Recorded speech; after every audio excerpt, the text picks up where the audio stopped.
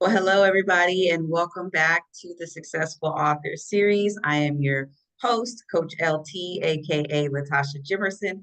And today I have an amazing guest who is doing some really fantastic things in the leadership space. And her and I have known each other for about 4 years now when I helped her publish her first book. And she had that book for a long time.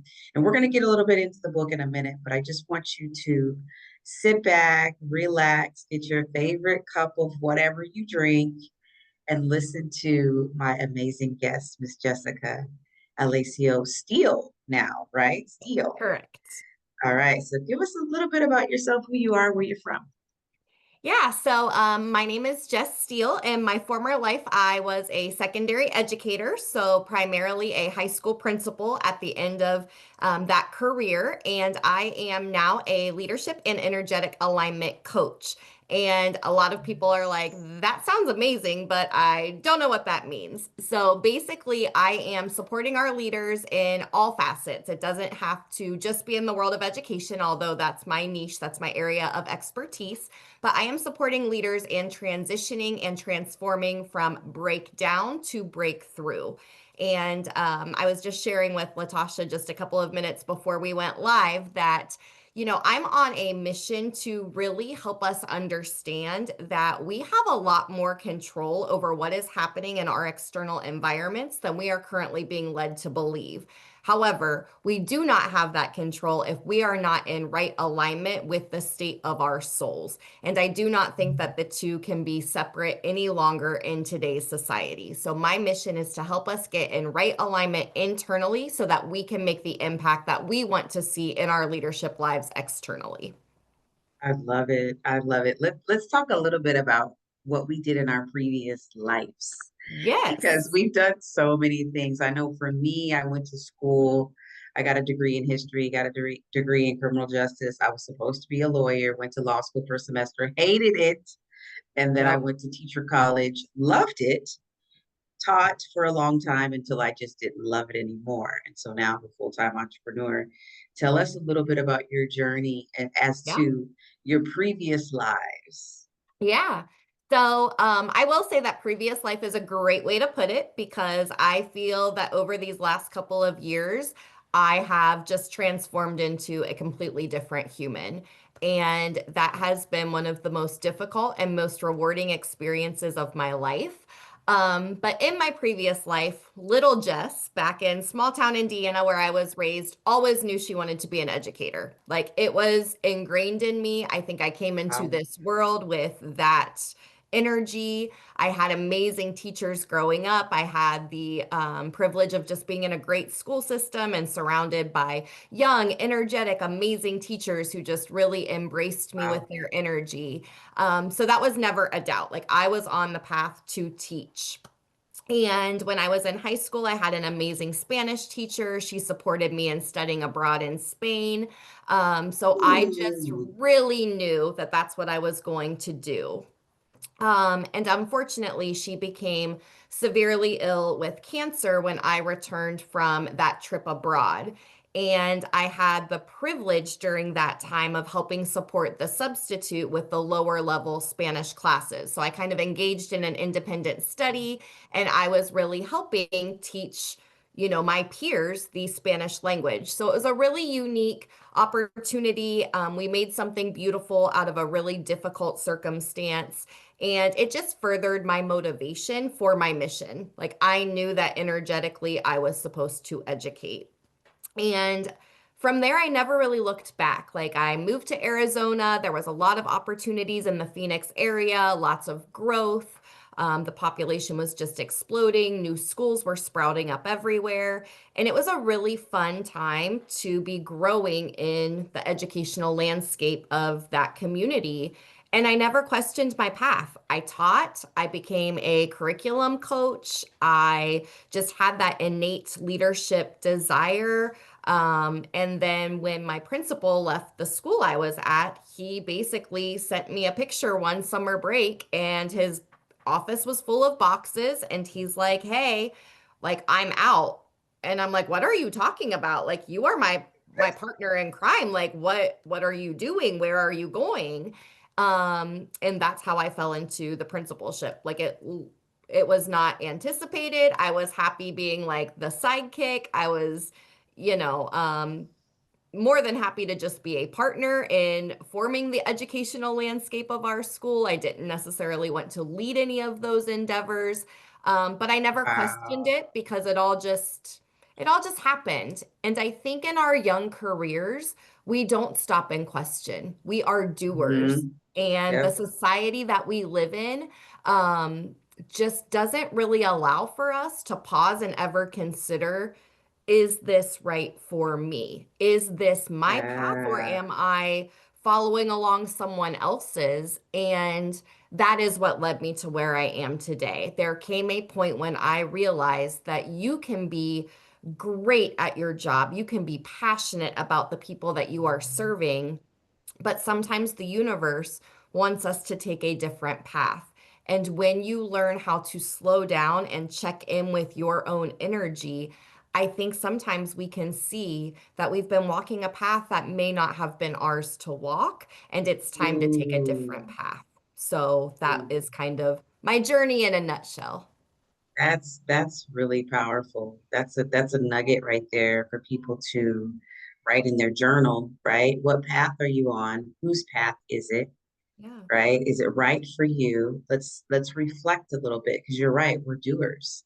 We Yeah. just get up and go to work. We put Yeah. our boots American on, we get society has busy. it mapped out for us. From the Yeah. time we are little, they're like, you are going to go to college, you are going to, meet your mate, you're going to build a Yes. house, you're going to have children. Like, it's just the American dream is so deeply embedded into like who we are as a society that I don't think a lot of us ever take the time to stop and pause and say, is this meant for me? Does this align with what I want for my life, for my unique human design? Like, is this my purpose or am I walking someone else's?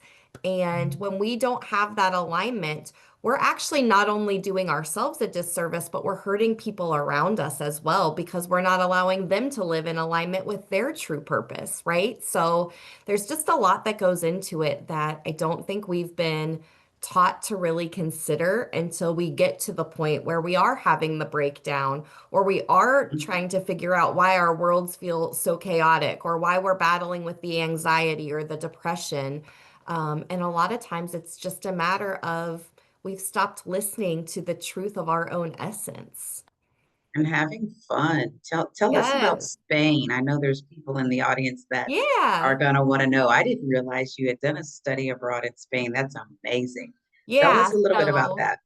It was kind of a fluke. I applied for this program. I was a runner up. So I was actually not a selected candidate, but I was the next person on the list so that if anyone dropped out, I would be an alternative candidate. And kind of last minute, someone did drop out. And so it was a very quick, like, oh my gosh, I think I'm going to Spain. Should I go to Spain? I love it. And the answer is yes. Like you should go to Spain. Like I Yes. can't think of many life circumstances where you should not go to Spain. Like it is an amazing, beautiful country. Um, but my parents pretty much had to push me on that plane. I was 16 years old and I'm like, what are you guys doing? Like I cannot go to Spain. I cannot go across the ocean. Like Yeah, where am I wow. going? What am I doing? And then I had such a beautiful experience that I did the same thing on the way back. Like, I don't want to go back to the United States. Like, who wants to eat food like that? Like, we don't even sit at the dinner table together, you know? Wow. So it was just this really beautiful experience. And I haven't talked about it a lot publicly, which is so interesting because it was such a huge part of my life for such a long time. But someone asked me the other day how that impacted my leadership and my perspective Ooh. moving forward. And I had never considered it before. But what Hmm. I think it did for me was it allowed me to show up in the world with all of my vulnerability. Because Yep. I will also tell you, you can get on the plane to go to Spain, but you don't know how to speak Spanish from a textbook. Like that's not a Right. thing. I could Right. pass a test, But when I got there and my host family was kissing on my face and hugging me and like asking me questions, I was like in freeze mode. And I'm like, holy cow, Yeah. I Overwhelmed. actually don't know Spanish at all. Like, I know not what you're saying to me. I can say hola. Like, I don't know if I'm going to survive these 7 weeks. But I did, and it was beautiful. So, yeah, I think Wow. it was fun. It was beautiful, but there was so much vulnerability. And I think that's what I took back with me Yep. is we're also trained to not show up with our emotions. We're almost like Yep. slapped on the hand for like expressing Yeah. ourselves. And I think even though I kind of buttoned that up a little bit in my leadership, I do think that it allowed me to really get in touch with my humanity and Mhm. the fact that I am a sensitive soul living in this world, and that that's okay. We're allowed to show up vulnerably because that's how we meet one another in our humanity. And the world needs a Yeah. little bit more of that. Oh yeah. And this was the one of the pieces that allowed the Indiana girl to just plug herself right into Arizona. I grew Yes. up in California, and so Yes. tell us some Spanish. Give us some Spanish that you like, your favorite quotes or favorite Oh, words. Um, a word that I used to have written on my phone was esperanza, and esperanza is hope. And Mm. that was always a very powerful word for me. And it's not as beautiful in English, so I don't really speak to it as much. But in Spain, being able to have that little word just written across the screen or in my journal. It was on my phone screen for a long time in my early 20s. Esperanza is just like that feeling that the world is infinite, that your possibilities are limitless. That's what that word meant for me. Wow. And then how did you plug into your students and their families? And what were some of the things that you were able to understand with that background, with that study abroad experience? I think what it does for us is, again, it demonstrates how vulnerable we are as a species. And so I was able to lead with a lens of empathy and compassion for, in Arizona, it's a border state and there are border Yeah. concerns. There are transient families, families that, are, in the States with one parent while the other one is still working abroad. There may be siblings still abroad. So there's a lot that goes into the human experience as a migrant. And I think I really just had empathy for those students that might not have been able to show up as their best selves because their life circumstances were not allowing for that to happen. So instead of viewing those students as, oh, I have a problem student, it's an opportunity for us to get very curious and to ask, why? Like, why is this student sleeping constantly in the back of class? Like, what are the Mhm. circumstances that are leading to their sleepless nights? And a lot of times they're up late taking care of their siblings because that's when mom can go to night shift and work her job to be able to support the family, right? So Mhm. they're on little brother and sister duty, or they're living in a house with 10 individuals because they can't afford a place on their own. There's just so much that I think we can learn from being empathic humans and showing compassion and getting curious about another person's experience rather than our first line of defense being judgment. And I think that's very prevalent in our society today. So I'm so grateful for that opportunity to have lived it in a way. And of course, my way was very sheltered. I was not living in a difficult circumstance, but it was still a vulnerable circumstance as someone not native to the language and culture of that experience. Yeah, and how did your team support the school community? Because I love that part of your book, and we're going to get into the book in a second, but I know people are like, where's the book? Where's the book? This all ties in, y'all, so just Yes. relax. Ties in. How did you build a team? How were your teams just in the educational arena with adults supporting the community? Because you got the school, you got the community, and then you have a little blending of both. And How did your team Yeah. facilitate that blending? So I think that, I actually had never reflected on this before until someone pointed it out to me the other day. I've always been a part of developing pretty young educational organizations. So the school that Yeah. I moved to in Arizona was only a couple of years old. Then when I went to another school, it was their first year on an actual Wow. physical isolated campus. And then as a principal, I started a school as well. So I've always been part of a very foundational group of founding members of these educational systems. So, one, Wow. that meant that we have very high energy. We were very committed to the vision and mission of the school. Love that. So that's very exciting. But it also gives you an opportunity to really evaluate the needs of your community. So we were able to sit down and say, where are these people coming to us academically, emotionally, logically, right? Financially? There's so many questions that we were asking about who it was that we were teaching and who we wanted to support them in becoming. And so when you develop teams from the ground up in that way, you are co-creating the culture of your school. So you Mm. are doing a lot of things to really cultivate trust, to communicate transparently, to really determine how you're going to live the values that you say are foundational to your organization. And that's very different than working in a school system that has years of legacy and tradition in place, right? There's a Yeah. different energy that goes along with being something so foundational when you're co-creating a culture rather than walking into something pre-established. And it was beautiful, but it also made it hard because you also have to shift, right? You have these expectations, you have these non-negotiables, but how does that translate to this really diverse student population that you are trying to serve that may not have those same values and rooted educational beliefs? So there's a lot of teamwork. There's a lot of collaboration. There's a lot of co-creating that goes into creating that experience for our students.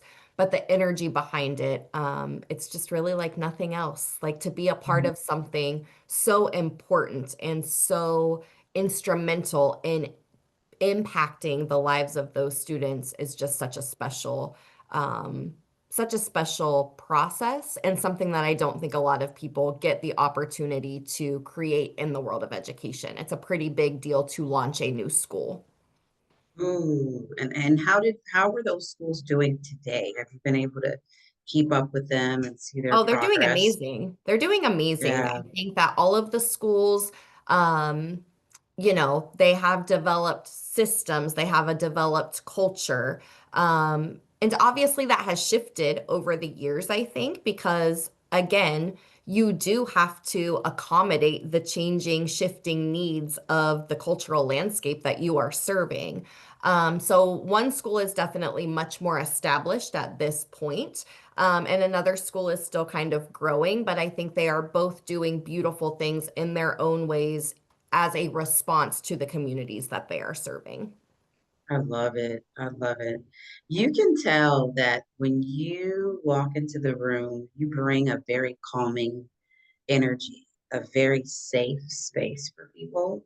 Yeah. And that is what is missing in education Yes. today, is Yeah. people walking into the room and saying, "Hey, I'm here to help. I'm here to serve. Well, I'm and not I here to always said no judge." one wakes up saying, how can I screw up my job today? Right. Right? Like, how can I really mess things up for my students? Yeah. But we, Yeah. again, live in a culture that has been so um, just so used to leading with judgment that I think we forget about the human component of our leadership. We have started to Yeah. treat people like they are just numbers. You are just another. Someone said to me the other day, well, I'm just a teacher. I said, you are never just a Ooh. teacher, No, ever. no, Like, please no. don't Yeah. ever, and I don't care. I'm just a stay-at-home mom. I'm just Oh, yeah. I'm just a front desk, whatever. Like, I Yeah. don't, you're never just in anything. Like we have got to own who we are and how we show up in this world differently, because the fact that you would ever be made to feel small enough to say, well, I'm just whatever, we've got to strip ourselves of those labels because they do not serve us in 2025 at all. You are never just in anything. Every one of us is a leader in our own special, unique way. And the fact that we don't see that in ourselves really breaks my heart. But I never had just a teacher. I never had just a paraprofessional. We were a dynamic team of people, and it took every single one of us with Herculean efforts to grow those schools and be who we needed to be for those kids. Oh, yeah. And I think in this environment, the kids even feel like, oh, I'm just a test score. How did y'all deal with tests? Because that's a whole scary season of testing. How did y'all deal Yeah. with that? And I mean, you deal with it as you have to. It actually kind of goes back to something that I've been working on thematically in my own work this week is what do we do when we disagree? Like when we have upper level leadership that we do not agree with, but we have to uphold a decision because that is part of our job. How do we navigate that? And I think state testing is a really prime example of that, right? A lot of us don't believe that standardized testing is really what's best for kids. And yet we also understand that we do need metrics to measure performance. So, Yeah. and I'm not going to get on a tangent about which way I lean or how, this Mhm. impacts education necessarily.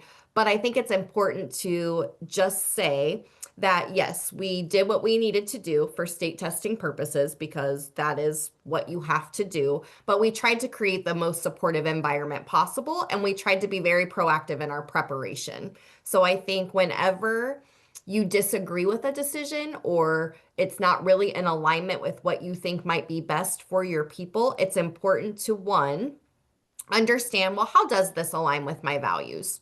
And I do have values that say, yes, we need metrics. Yes, we need something to hold us accountable for how we are educating kids and to evaluate whether our systems and processes are working. So, how can I make the best of a worst case scenario? And you do that by being responsive. You do that by being caring. You do that by looking at the individual and how it's going to impact them. And then you celebrate your small wins along the way. You empower your people to do their jobs, to do the best they can, to show up in the best way that they can for kids. And then you celebrate what you're able to achieve. I think that's how you navigate it. All right, I'm gonna pour some praise on you. Can I pour Oh, some thank praise on you for a you. Thank second? you. Whew, I've been looking at your numbers, lady, and I'm gonna break down some of these numbers so that whoever's listening, they can kind of get a sense of how their books are doing. And you said matrix, you said accountability, so this is great. This is a great segue into how your book is doing. So, as of 2025, there are 40 million books on Amazon. Okay. Let that sink in. Everybody who's here, write that down. Let that sink in. It's a lot of books, and people are still reading, despite what some people think people are still reading. Oh, I think we're Um, reading probably more than we were a few yep, years ago. I think we are yeah. seeking something. Like give me Hmm. something that like grounds me in my purpose and my leadership Yes, and my spirituality. We're grasping. yes, yes. So 40 million, right? 30 million of those are paperback books. So yes, we're still buying books, we're still holding them, we're still highlighting in them. We're doing that, right? Yeah. But we also have 6 million that are ebooks because we've got devices and people want to read on their devices. So there we go. 40 million, 30 million, 6 million. So Jessica and I published a book November 21st, 2021. It is a 226-page ebook. And right now, it is ranked pretty well on Amazon. There are 5-star reviews, got some strong 5-star reviews. And you are number 5,032,200 it's 5,032,232 in the Kindle store, right? So out of those 6 million. Under the category of high school, your book is 2,097. School management, 240. and school safety and violence, 188. So you're ranking pretty well to have had that book out for 4 years now. And Steady, I do steady, nothing with strong. my book, Right, really. right. Like, This just is just for the it's audience to know, like, I really have not done my book this the service that it might deserve, it's maybe. and it's working. It's doing its own thing, and people Yeah. are finding it, and it's searchable. And that was important when you chose your words, your Yeah. searchable words. That was important, and that's why people are still looking it up today. So that's the ebook. Now I want to talk about the paperback book. Paperback book is 164 pages. In the grand scheme, it's ranked 7,825,070. In crisis management counseling, it's ranked 998. School safety, 868. And under federal education legislation, it's 213. And so the book is existing and people are finding it. Yeah. Congratulations. 4 years Thank later, you. your Thank book is you. impacting. It's impacting lives. People are reading it. They're being inspired by it. They're being educated by it. So I want to shift gears and I want to get into Sure. some of that content. I Yeah. want you to read a little bit. Like, what's your favorite part of the Oh, book? that is right. You did ask me to read a little bit, and I did not come prepared. So hold on. I will find Yeah, no what problem. we should share. Give me I, one moment. You can keep talking. I'll answer yeah, questions while I'm yeah, flipping. yeah, no problem. So for me, the my favorite part of the book is the title. It's called Premeditated Crisis Leadership. And in the beginning of the book, I remember when I was reading through the manuscript, and she describes the moment that she was on vacation, enjoying life, and then got news about the global pandemic. That Yes. was my favorite part of the book. When you opened it up and you said, "This is where we are, y'all. This is where the Yep. world is right now." Do you want to read that part or any part that you like? Sure. Let me go here. All right. So this is from the introduction. What is crisis leadership? So I start and I say, passengers, welcome to London Heathrow Airport, where the local time is 7:37 a.m. You are now approved to use all electronic devices. The temperature outside is a cool 18 degrees. If you are traveling to a connecting flight, please see the signage as you step off the aircraft for information regarding your connection before you pass through customs. As always, thank you for choosing American. We hope you enjoy your stay in London or wherever your final destination may be. We made it, I say groggily as I stretch my legs after the long international flight. I mindlessly power up my cell phone and wait for the global signal to regulate, wiping the sleep from my eyes. We gather our belongings as our devices recalibrate, shivering at the inlet of cool air as the cabin doors open. Suddenly, my phone jumps to life, a slew of messages excitedly pinging across my screen. Are you guys okay? Asks Mom. Hurry up and get back here. Turn that plane around, yells my sister. Travel ban to Europe, reads another. I need you to call me immediately. We have an issue, states our assistant principal in direct and demanding terms.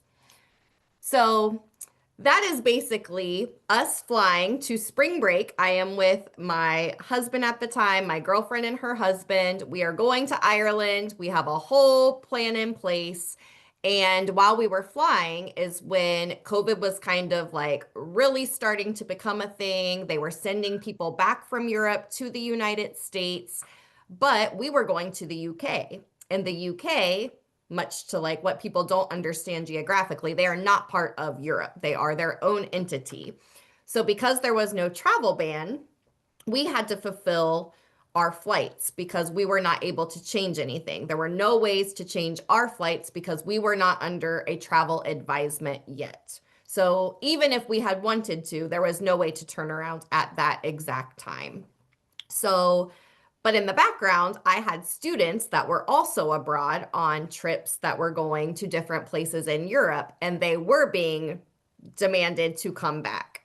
So that was what my assistant principal was stating is like, hello, I need you. I have to make some decisions. We've got kids abroad. COVID is like breaking out everywhere. I need to get these kids home. So that is how my spring break started in 2020. What a powerful hook. Yes. So, what is crisis Wow. leadership? That is, we can talk about the bomb threat that I experienced on day 4 of my first principalship. We could talk about during that same year, there being the largest teacher walkout in Arizona state history. I was just navigating so many unique crises all at the same kind of time within a couple of years of that first leadership position. And I thought, why is there not a guide for this? Like, why are we not training principals how to keep it together when all you are doing on a daily basis is mitigating crises? So, where is Wow. the plan? Where is the training to? And yes, we all have emergency response plans, but being trained in how to navigate a crisis is not the same thing. So, Holding your mind, body, and soul together so yes, that you can console and lead other people. yes, That's an art and a science. Wow. yes. Yep. Wow. Woo. Tell Yeah, us, so I'm passionate about my content because I live it. yeah, Like it is based on lived experience. take us into that Brene Brown quote. I think you use a couple of Brene Brown quotes. I am That's, sure there are yeah, several throughout the book. those, Um, I don't remember the exact quote, but that was one of my favorite quotes when I read it. It had something to do with, I don't even remember, but I just know it. You have a lot of juicy quotes. So just give us a couple for people all out there right. that are like, what's in this book? Okay, so part of it is so chapter 5 is about seeking your authentic voice. And this is really about being who you are in your humanity as a leader. Because when you try to lead according to someone else's authority, that never works well. It feels fake, it feels forced, it creates a barrier between you and your stakeholders because they know that you are not in your own power, you're not in your authenticity. So the quote for that chapter is from Michelle Obama, and she says, "There's power in allowing yourself to be known and heard, in owning your unique story, in using your authentic voice." So I think that's very powerful for all of us in our humanity today. Like own your story. I think we kind of touched on that a little bit ago. Like be Uh, who you are. Don't let other people make you small. You were hired for a position for a reason. Show up as your authentic self and don't let anyone else make you feel like you have to be small to be accepted because that is not the truth. You are allowed to take space. You are allowed to hold space. I love it. And this is not a regular manual, normal curriculum. Like you even No. get into self-care. Give us a few of your things and strategies that people can do right now for self-care. If they're in Yes. education right now, Sure. what can they do like right now? So I am saying right now is prime time to get in alignment with your authentic self. Like you are starting summer break. This is the prime time to create these daily rhythms and rituals that are going to serve you once the next school year starts. And I think this is going to look different for everyone, but I will kind of walk you through what has been very helpful and grounding for me.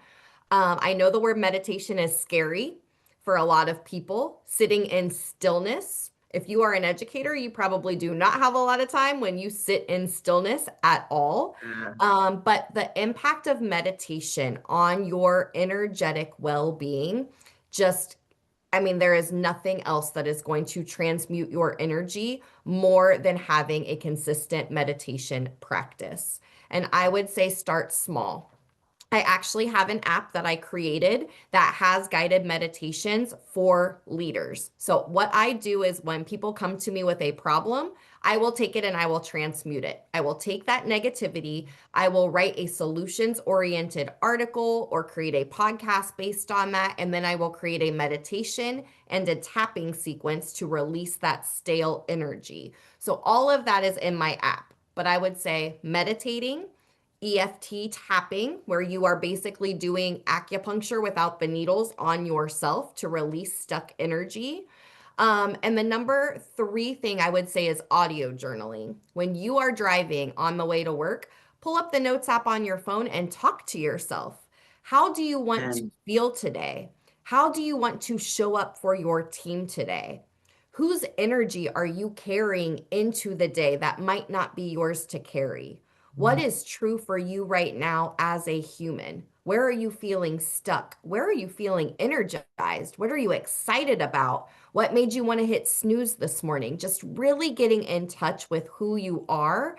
And I think this is more powerful than journaling because you're off script. When we journal in a written form, sometimes we edit as we're writing because something Yeah. doesn't feel, oh, I don't want to, maybe I shouldn't feel angry, so I'm going to name it something else. But when Yep. you're just talking to yourself, it's so easy to say, I am pissed off right now, and this is why I'm pissed. But when we're writing, we might say, oh, this upset me, and I'm working through it. And, you know, sometimes we just need to release. So I would say meditate, tapping, audio journaling, three really great ways to just incorporate that into your daily practice, into your morning routine, so that you are processing life before it processes you.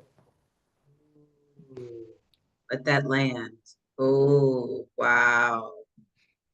That's deep. That's really, really deep. Yeah. Getting And I control. I have never been a good person just to jump into my day. Like so many of us, it's alarm, coffee, get ready, out the door, start the day. Somebody's waiting for you outside the office. It's go time, morning announcements, triage, like there's just no pause. So you have to create that for yourself because if not, you're going to lead from that chaotic, escalated state from the very beginning of your day. So we have got to Mm. find ways to self-regulate as soon as we get up. I don't get out of bed until I do a quick 2 to 3 minute at a minimum meditation to realign my energy. That is the first thing I do. Ooh, I love this. This is juicy. I could talk about this all day, but we are going to wind it down in a Yes. second. But I do want people to know because this is your winning season right now. Yeah. I'm so proud of you. I'm Thank you. so Thank grateful for you. you. I'm watching your videos on LinkedIn. I see your energy, your spark. You're a completely brand new transformed person. Yes. Let's rewind. Let's Yeah. go back into the valley of decisions when you and I met on Instagram and you had Yep. this book. Now it's a book, but you had this and it was living somewhere. Yeah. And you were in a space where you just weren't really sure what to do. You knew it was there, you wanted it to go out, but there were all these different things that you had to work through. Tell us where you were at the moment that you and I met. I knew, as you said, that I had a story that wanted to be told. And I didn't want to tell it for any other reason other than impact. Like I knew the cost of leadership on my own well-being, and I wanted to be a resource for someone else that was going through those same challenges. But in the world of school leadership, and I see this all the time, we feel like we have to operate so anonymously because of all of the judgment, the criticism, the political nature of the position today. And it makes us, again, going back to that idea of playing small. I was petrified to have my own voice, to be my own person, because I had been taught for so long that I couldn't have an opinion or a belief that wasn't neutral. I couldn't show up for the face of my school if I had my own personal belief system. And I think that's just insane looking back because you're hired for the position because of who you are as a human. But then we're taught to tamper that down. And so that's what I really had to work through and probably why I've never really promoted my book in any grand way is because there was still a lot of limiting beliefs. There was a lot of deeply wired neurological patterns that were holding me back from having my authentic voice be publicized. And now that I'm out of a school system, I feel very empowered to speak my truth and be myself. And I do think that at some point I may go back into a school system. I don't think that that is off the table, but I think I'm going to do it in such an aligned way that I will never lose the truth of my authenticity again. That will be a Mm, non-negotiable for me.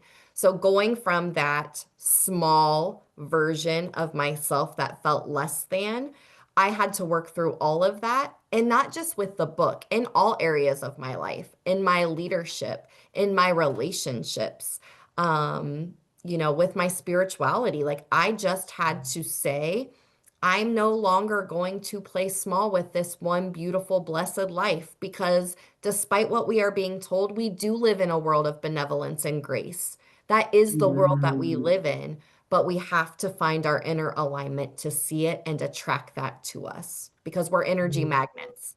So we've got to get it right Yeah. with our soul first. Ooh, you said a lot.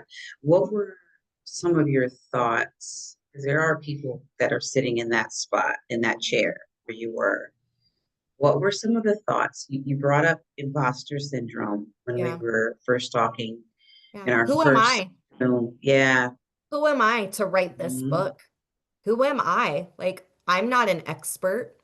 But you know what makes someone an expert? Your lived experience.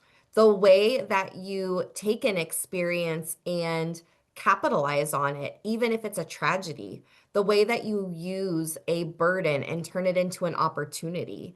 That does make you an expert. Yeah.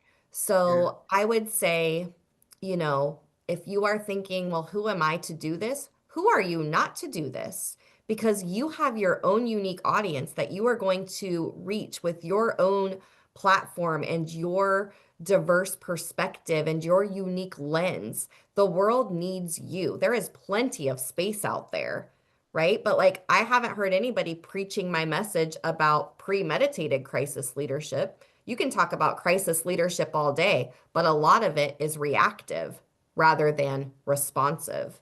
It's here's what you do when a tragedy hits, rather than how do you prepare for it from day one with the culture that you're building. That's not a lens Yeah. that's circulating with frequency out there in the universe. So own your story, own your experience because it is unique and the world needs your voice. Yeah. And you had this. Your voice was living on the computer. How long was it living on the computer? Oh, years, years. And then after I wrote the book, it still kind of lived there for years. It was like, okay, I'll have this launch party and then I'm going to be pretty quiet about my work moving forward.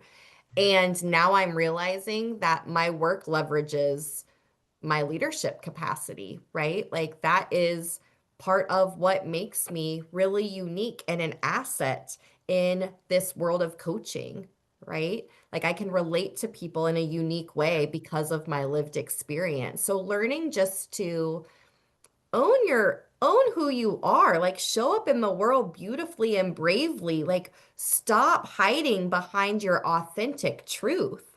There's no reason for it. Who cares? Some people are going to like you and some people are not, and that is okay, Yes. right? I know Yes. that I'm not everyone's dream boss, right? Like that's okay. My job in that situation is to help you realize that we're not an energetic match and that, you know, I deserve to be able to release you from that responsibility because there's something better meant for you. You can walk away from a Mm, job because it might be meant for someone else. That's all okay. It's all okay. We're being taught that it's not, but it's yes. actually all okay.